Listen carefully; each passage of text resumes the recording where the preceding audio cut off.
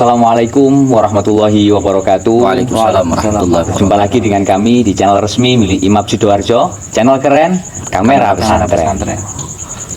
Diskusi ilmiah yang membahas masalah-masalah yang sedang ramai diperbincangkan dan tentunya berdasarkan referensi-referensi yang konkret dan terpercaya yang bersumber dari kitab-kitab yang menjadi ciri khas pondok pesantren. Dua narasumber andalan Kamera Pesantren, Gus Wasil dan Gus Faiz Albar. Dalu Gus. Tema kita pada malam hari ini cukup menarik Gus. Tema kita soroti fokus tentang perempuan. Wah, keperempuanan. Sehingga yang ramai di kalangan masyarakat sekarang adalah perempuan dalam berbusana.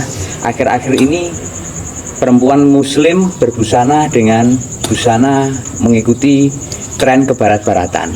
Artinya muslimahnya dapat, tapi trennya juga dapat. Contohnya kita menggunakan pakaian muslimah mulai atas sampai bawah, tapi tertutup semuanya Gus ya. Tapi ketat.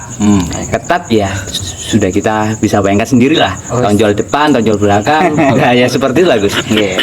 Kalau Gus Wasil sendiri bagaimana Gus? Itu hukum dasarnya bagaimana dong soal berpakaian wanita, atau Gus Faiz bagaimana Gus?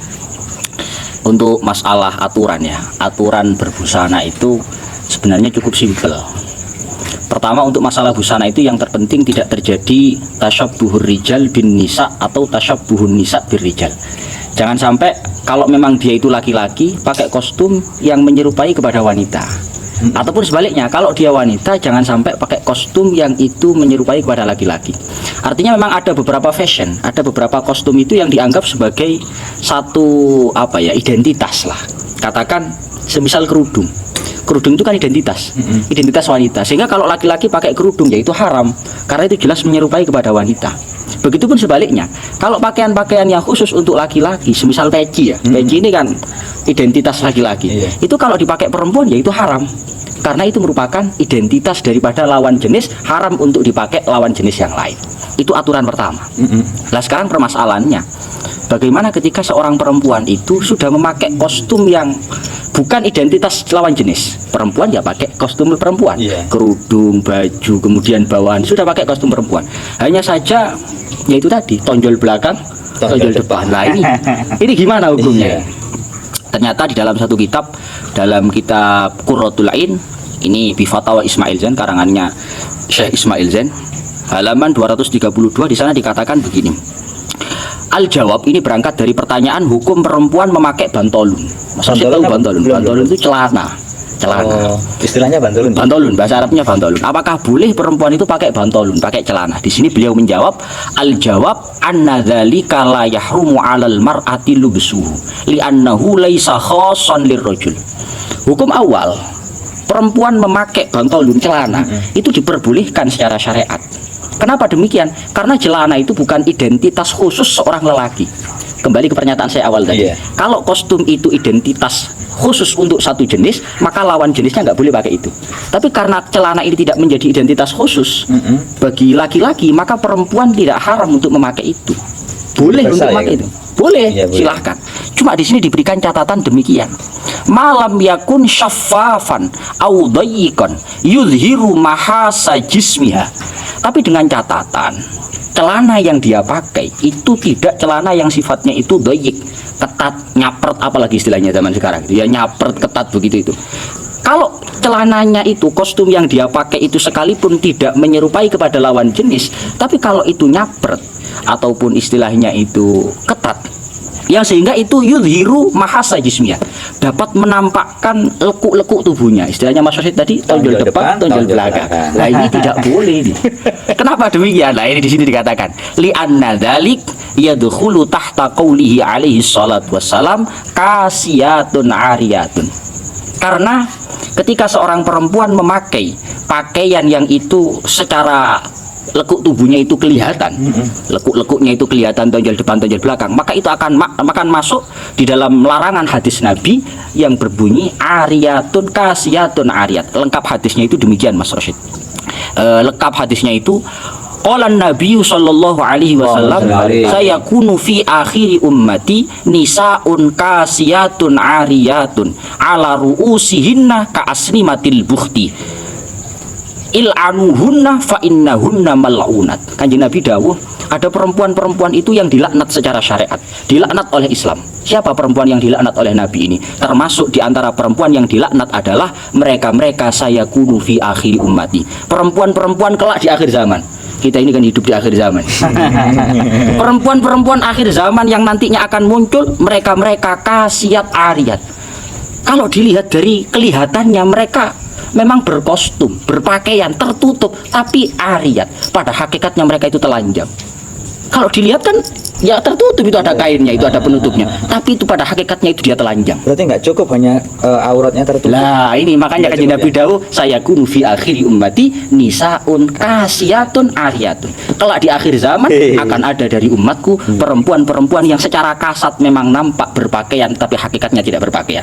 Hakikatnya tidak berpakaian itu dalam artian ya koyok-koyok gak ditutupi awal. Buat apa kalau dia pakai baju tapi tonjol depan tonjol belakang. Iya. Jadi ya itu tadi, hukumnya dilarang untuk memakai pakaian-pakaian yang demikian, Mas. Iya, tapi mohon maaf ya. Saya kira mohon maaf sebelumnya saya pernah mendengar ibarah yang mengatakan bahwa dengan berpakaian seperti itu hukumnya hanya makruh. Oh gitu. Kalau Mas Wasil sendiri atau Gus Faiz Untuk Hah. masalah ini ya, Iya. ya memang saya tadi sudah sempat berpikir, mungkin nanti pasti ada orang-orang yang kontra dengan ini, karena memang sesuatu yang benar itu ketika disampaikan, ya pasti ada yang menerima, ada yang kontra. Ini terutama ada satu referensi yang memang mungkin banyak yang tahu bahwa berpakaian ketat itu hukumnya makruh. Itu apakah memang benar ada? Memang benar ada. Itu di dalam kitab-kitab fikih, di dalam kitab I'anatut Thalibin, di dalam kitab Asnal Matalib, itu semuanya memang mengatakan bahwa bahasanya begini. Wala yadurruha ba'da satriha al-launa an tahqiyal hajma lakinnahu lil mar'ati makruhun. Memang di sini pernyataan ibaratnya demikian. Setelah warna daripada aurat, jadi kalau kulit tubuhnya misalkan hitam, kalau pakai pakaian putih kan agak terlihat itu. Ini kewajiban masalah menutup aurat itu yang penting warnanya tertutup. Kalau sudah warnanya tertutup, apakah lekuk tubuh boleh tampak? Itu boleh-boleh saja. Hukumnya makruh. Nah terus gimana dengan pernyataan saya awal tadi menjawab? Ini tidak bertentangan karena referensi-referensi yang ada ini membahas masalah al-aurah fis shalah. Ini membahas masalah aurat di dalam sholat. Ini semuanya kalau mau dilihat babnya bab sholat. Jadi kalau masalah dalam sholat, perempuan jamaah sama perempuan atau dia sholat sendirian mau pakai kostum yang menutup lekuk tubuhnya tetap terlihat ya nggak masalah. Nggak ada siapa-siapa. Sedangkan yang kita bahas itu kalau perempuan itu keluar rumah, ada laki-laki yang bisa memandang, apalagi wah sekarang itu banyak orang-orang yang matanya seperti itu.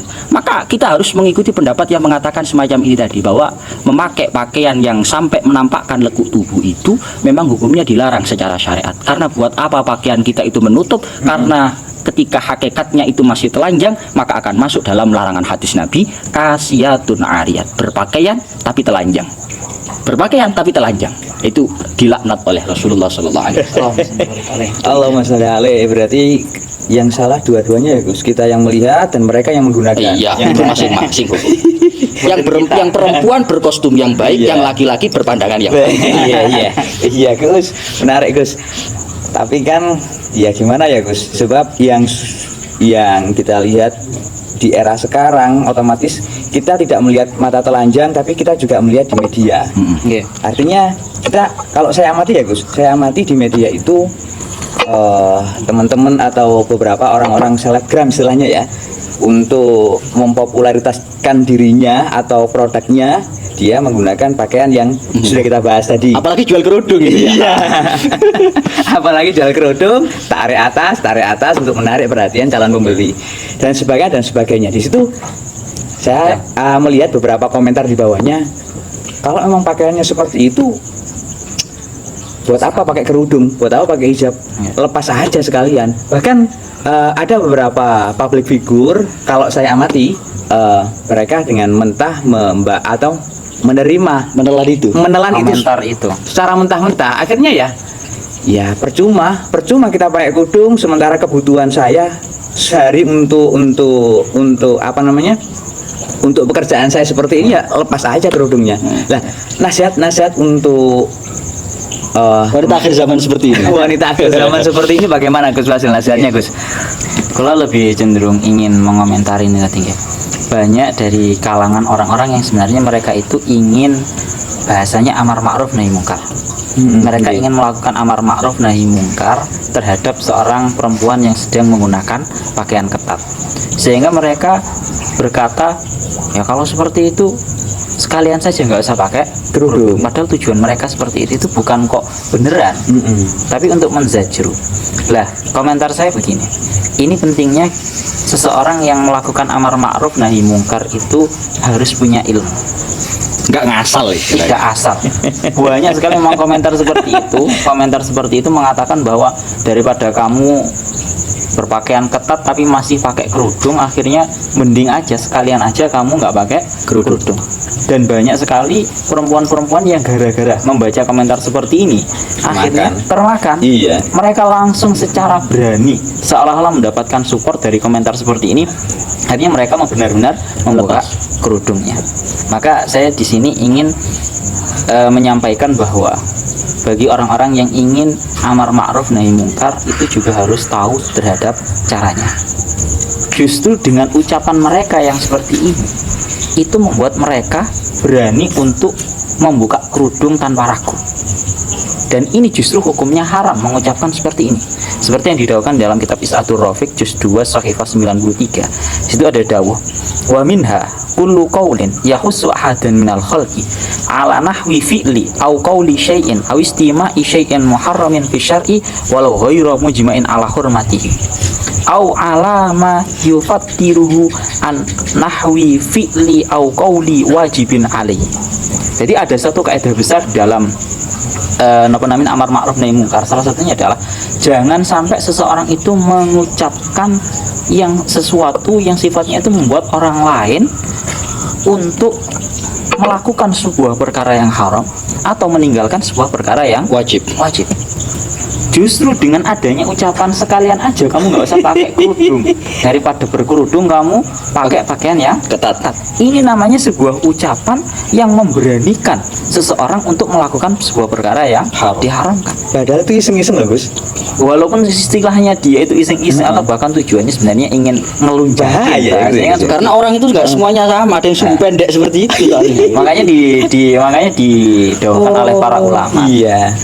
Orang yang melakukan amar ma'ruf nahi mungkar tanpa ilmu, maka apa yang mereka rusak itu lebih banyak daripada apa yang mereka perbaiki. Bahayanya jauh lebih besar. Bahayanya lebih besar daripada kebaikan yang ingin didapatkan kalau seseorang itu amar ma'ruf nahi mungkar tanpa didasari oleh ilmu. Coba diulangi Gus, ini cocok untuk teman-teman para netizen Gus. Iya. Saya ulangi lagi terakhir. Amar ma'ruf nahi mungkar yang tidak didasari oleh ilmu maka akan menyebabkan sebuah kemadharatan atau menyebabkan bahaya yang lebih besar daripada kebaikan yang diperoleh. Oh, mantap. Iya. Seperti itu ya Gus. Alhamdulillah semua sudah tuntas ya. Iya. Tentang bagaimana cara berpakaian yang bagus, poin-poinnya yang tidak boleh seperti apa, dan nasihat juga sudah disampaikan oleh Gus Wasil. Saya kira sudah cukup pertemuan kita pada malam hari ini. Mudah-mudahan diberikan berkah oleh Allah Subhanahu wa taala.